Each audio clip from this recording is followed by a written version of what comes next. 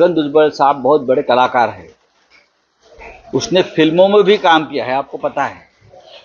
बहुत बार अपना रंग रूप बदलकर एक नाट्य निर्माण करने में छगन भुजबल माहिर है। अभी भुजबल साहब क्यों गए, कैसे गए, उससे महाराष्ट्र की राजनीति में कैसा हंगामा हो गया, ये सबको पता है।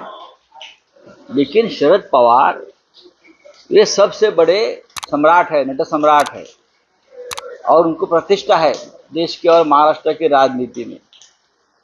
तो अभी सब देखते रहे, आगे आगे देखो होता है क्या। ये जो है यो महाराष्ट्र में एक फिरता रंगमंच होता है, मोबाइल स्टेज घूमता रहता है।